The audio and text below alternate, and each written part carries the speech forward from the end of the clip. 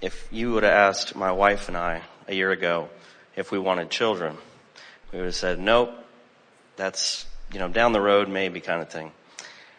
We took every precaution medicine has, and our unborn is 37 weeks full term and here in the room with us now. I'm trying to, thank you. We're all very excited, so we feel totally different than we did a year ago. But I'm wondering, how is she here? Not literally, but... The question that we're hearing is, are you saying, Abraham, that there was something that we wanted that was in our vortex that we didn't even know we wanted?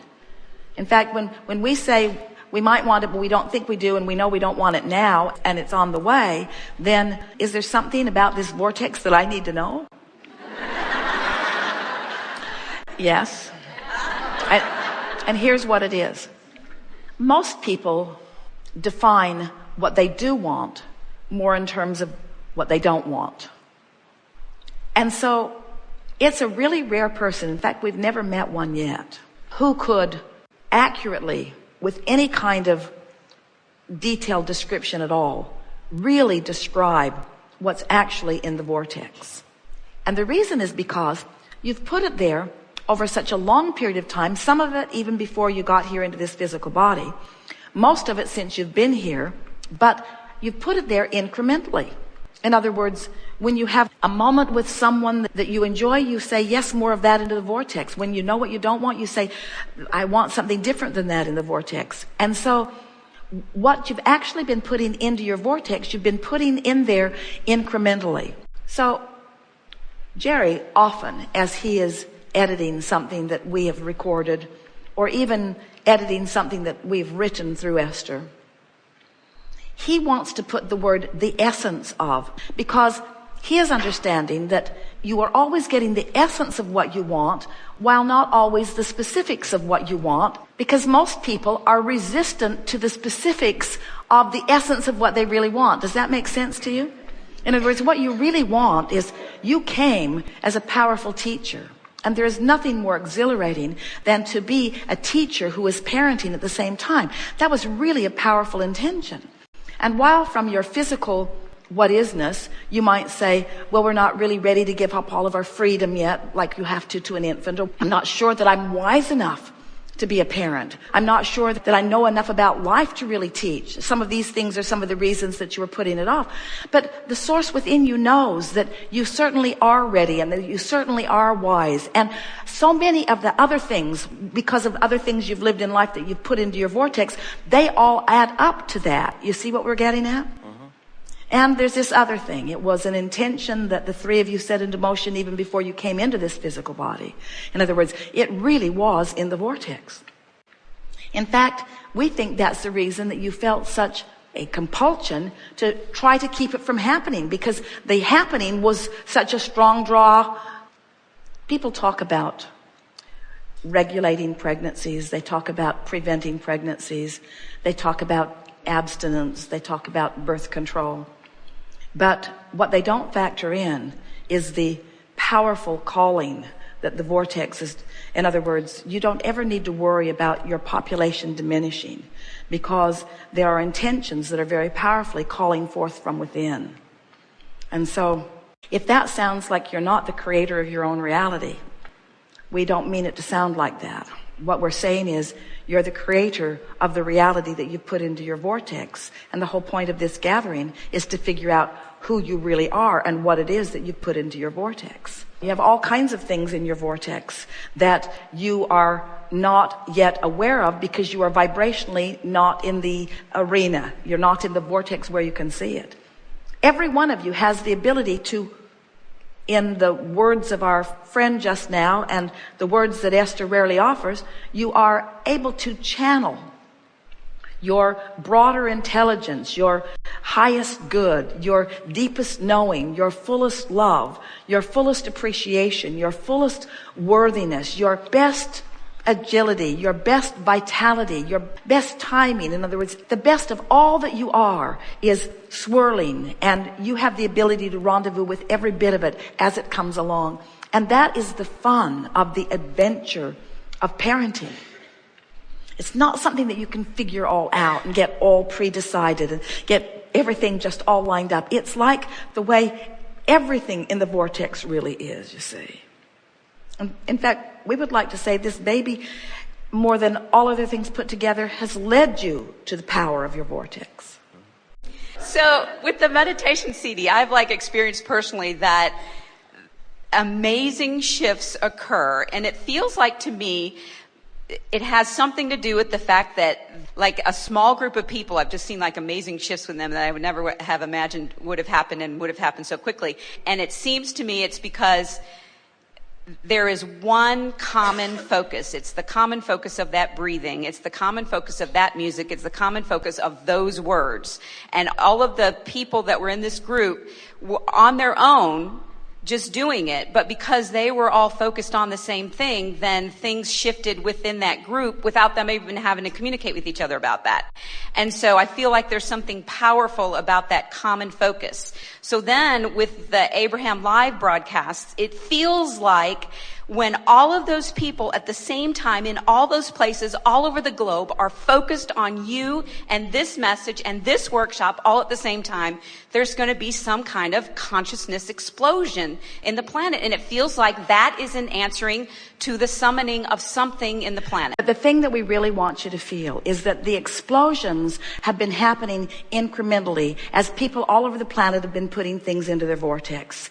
But it feels like the creation occurs when the allowance of it occurs. Now, there's a distinction. When you allow it is not when you've created it. You created it while you weren't allowing it. Right. But it's the allowance. It's a sort of collective allowance. It's what true influence really is, because when you demonstrate your harmony, when you demonstrate your clarity, when you demonstrate your humor, when you demonstrate your vitality, when you demonstrate your abundance, when you demonstrate your exuberance for life, it's like the 4-minute mile. It gets people's attention. If they've never seen anybody be like that or live like that or feel like that, then they don't focus it into their desire in the same way. You're right about it. There is a consciousness shift that is occurring, but we really want to soften this a bit by likening it to this Panama Canal cruise or this Vortex Canal, that you're moving into the water and acclimating and you're raising with it,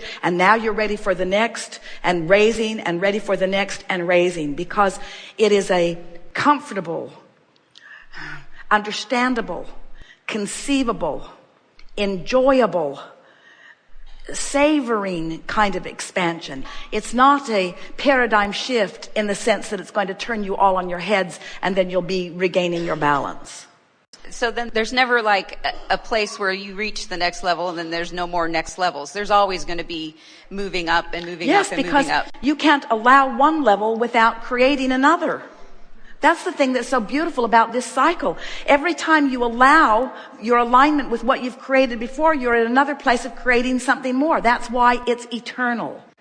So can you talk about the phenomenon of the 100th monkey or a paradigm shift or just we've been talking a mass about consciousness shift? We've been talking about that a little bit as we talk about when you hold a thought for as little as 17 seconds and your attention on it, it's active, your attention to it causes an activation of it within you, and another thought joins it. And that really is the process of the way this energy expands. The more attention you give to something, the more law of attraction brings other thoughts like it to it, until eventually there is a sort of explosion that takes place that catapults you into a stronger place. But that's why, and we haven't talked about this in this context before, that's why even poking around at a problem will cause a catapulting of a solution, you see. It's all part of the process.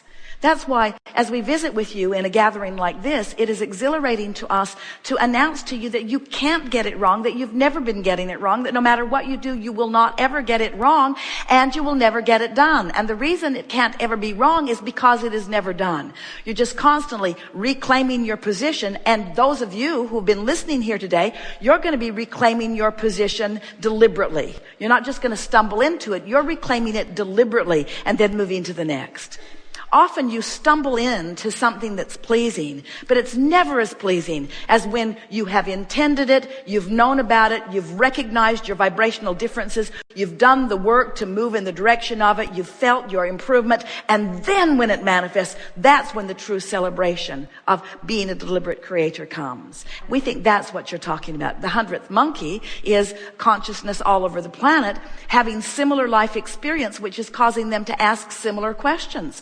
So as they're having enough life experience that's causing them poke around at the same problems and the same questions, the solutions are in the vortex. And then along comes this really allowing monkey who hasn't been trying to please the other monkeys. Let's call this monkey renegade monkey, who doesn't give a rip what the other monkeys think about his hygiene or about his behavior or about any of that stuff, who just blunders into the vortex one day while he's blissfully swinging on a vine and has an impulse to do something that he has never had the impulse to do before. And in his impulse to do it from inside the vortex, he beams a signal to all other monkeys who have been putting all of that into their vortex, and they feel the inspiration from his discovery. And that's what you're talking about. I want to be the allowing monkey. So, you know, it seems like there's only one answer to every question, and that's get into the vortex. And yet, is there anything about this particular paradigm that's, you know, just on the cusp of occurring globally that you want me or anyone to know about this? Because it feels huge, and everyone can feel it that I talk to. Well, just this one thing. It's the freedom you've all been looking for. Because the bondage you've all been feeling a repulsion to has only been the bondage of resistance. It's the coming home. It's the coming into your own. It's the beginning of more deliberate cooperation among your peoples. In other words, imagine coming together even in your nation with political parties that vary and having a common denominator of caring how you feel, rather than caring about the details of how something is perceived by others. By working for the common good, not for the individual advantage. By recognizing that the economic pie is no longer this limited what is pie, but it's this unlimited vortex pie. And realizing that the pie is gaining momentum and size and stature and abundance exponentially with the desires. In other words, it's growing with the desires of those who are participating. And when that consciousness begins to reach enough of you, then the status quo will look odd and stick out like sore thumbs. Are you noticing any of that? Things that have been going on for a long time, people are beginning to question. There are a lot of people who are in outright rebellion against status quo because they can feel the momentum of all of this. The book that we are writing right now is called The Spiritual Revolution. Revolution, the spiritual revolution. We may ask them to cross the R off and call it spiritual evolution revolution, because they're one and the same. In other words, there is no evolution without some revolt. And there is no revolt without knowing what you don't want. And when you know what you don't want, you launch rockets about what you do want. And then some like you, what a beautiful monkey you are, some like you find alignment with it and know it so clearly that you don't take no for an answer. You don't argue for limitations anymore. You don't try to explain that it can't be explained in that way. You're willing to jump the scientific gulf. You're willing to stand in the place of faith because you know about the laws of the universe, and that's enough of a bridge for you. And when that happens, then a paradigm shift is what is experienced and is what's being experienced. You all knew when you came that this was a time of awakening, and we would like to say really the time of reawakening, but it doesn't mean that there needs to be upheaval. It doesn't mean that your world needs, as you know, it needs to come to an end. It's an evolving thing. It's a raising the water and going and raising the water and going. And it's only those who stand so determined to hold the status quo, that fear the change, that begin telling you that the sky is falling. And we promise you the sky is not falling. It's a stable world that you live in. You live in a stable economic world. You live in a stable ecological world. You live in a stable vibrational world. You are eternal beings, and this will be your place of powerful, deliberate creating, source energy creating for a very long time.